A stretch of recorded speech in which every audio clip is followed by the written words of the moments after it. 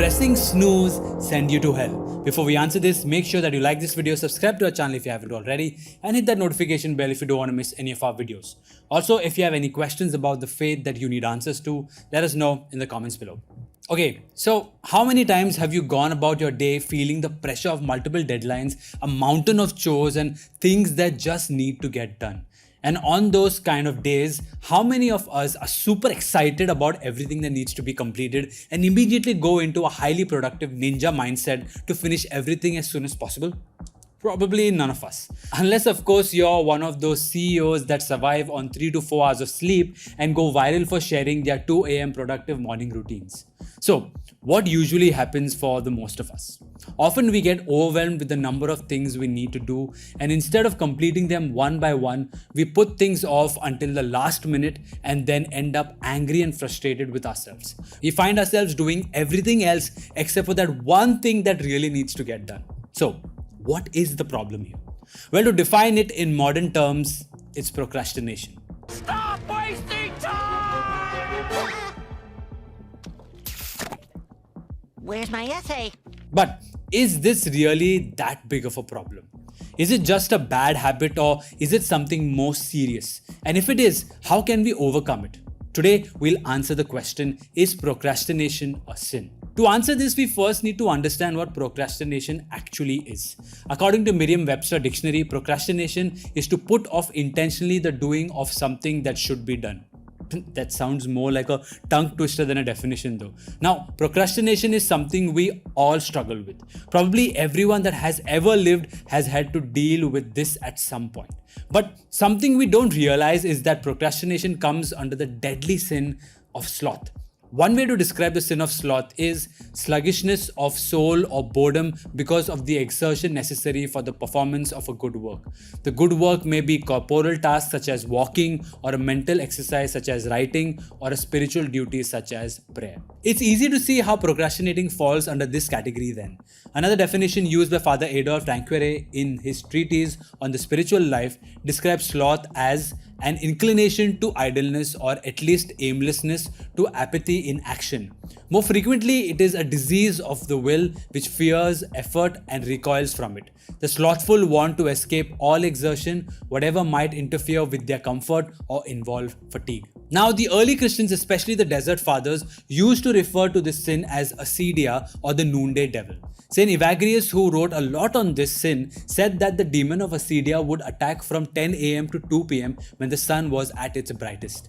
You know the feeling, right?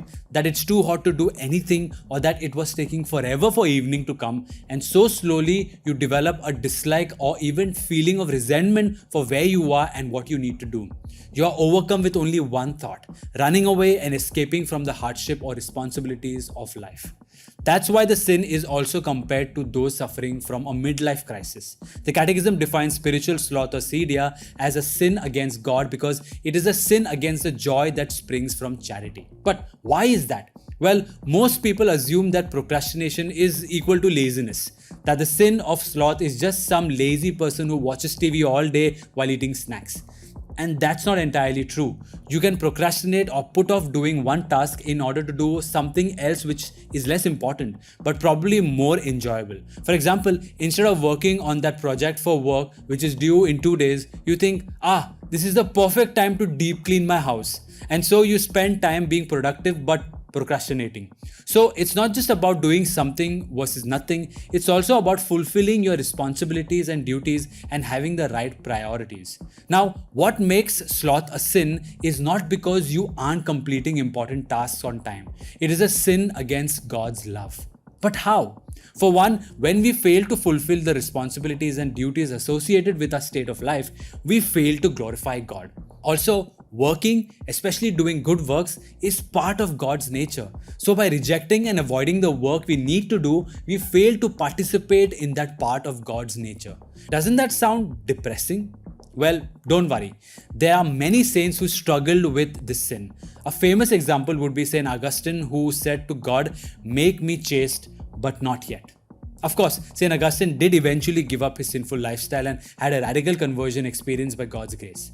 Another example would be King David. Instead of fulfilling his responsibilities as the king and military leader of the Israelites, he went to take a nap on his roof. But then he got distracted by Bathsheba taking a bath. And then what happened? He committed adultery and murder. Again, he was eventually forgiven and he was able to restore his relationship with God. Now, for the rest of us, it's probably not so easy, right? So how can we overcome procrastination? We'll talk about this tomorrow. For now, make sure that you like this video, subscribe to our channel. Okay, I'm kidding. I won't procrastinate. But I'm not kidding about you subscribing to our channel, okay? Do not procrastinate. Do that right now. So, here are 5 ways to overcome procrastination. Make a list. List out the tasks you need to complete, preferably the night before or first thing in the morning. Order them according to priority and maybe difficulty level. Break it down. Take the large task and break it up into smaller, manageable tasks. It will not only make you feel more motivated when you start checking items off your list, but will also prevent you from feeling overwhelmed by what needs to be done. Just do it. Just do it! This is where Nike's tagline comes in. Just do it. You can plan all you want, but the main thing is to just go ahead and do it. Do not be afraid.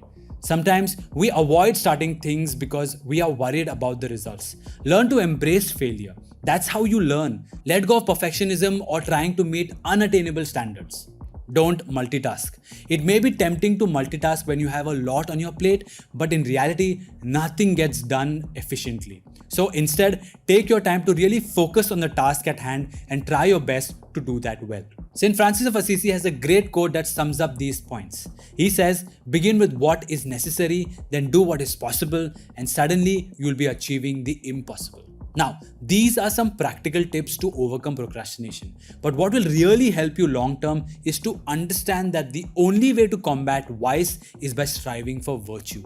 And in this case, what you need is the virtue of diligence. So, what is diligence? Basically, it is the effort to do one's part while keeping faith and reliance in God. It is persevering and staying the course even in the face of difficulties. St. Paul tells the Galatians to not grow weary in doing good because if we don't give up, we will reap the fruits in due season. St. Paul also tells the Colossians, whatever you're doing, do it for God and not for men. Seems like a lot of people in St. Paul's time also struggled with this. St. James also says that those who remain steadfast and persevere in the face of trials will win the crown of life that God has for them. Again, it's not about being a workaholic, okay? It's about working hard to fulfill our duties out of love for God.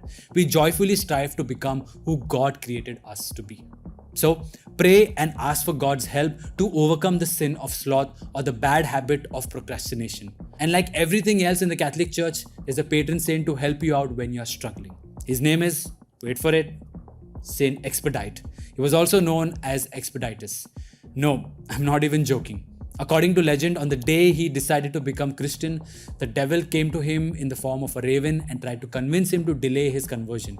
But Saint Expeditus would have none of it and finally declared, no, I will be Christian today. So, the next time you feel tempted to keep things for later, remember this quote by Venerable Fulton Sheen. God has promised men pardon if they are penitent, but not if they procrastinate. So, what do you think about this? Do you struggle with the noonday devil? Do you have any tips for overcoming procrastination? Let us know in the comments below. Also, if you like this video, let us know by liking and subscribing to our channel. It really helps us a lot. Until next time.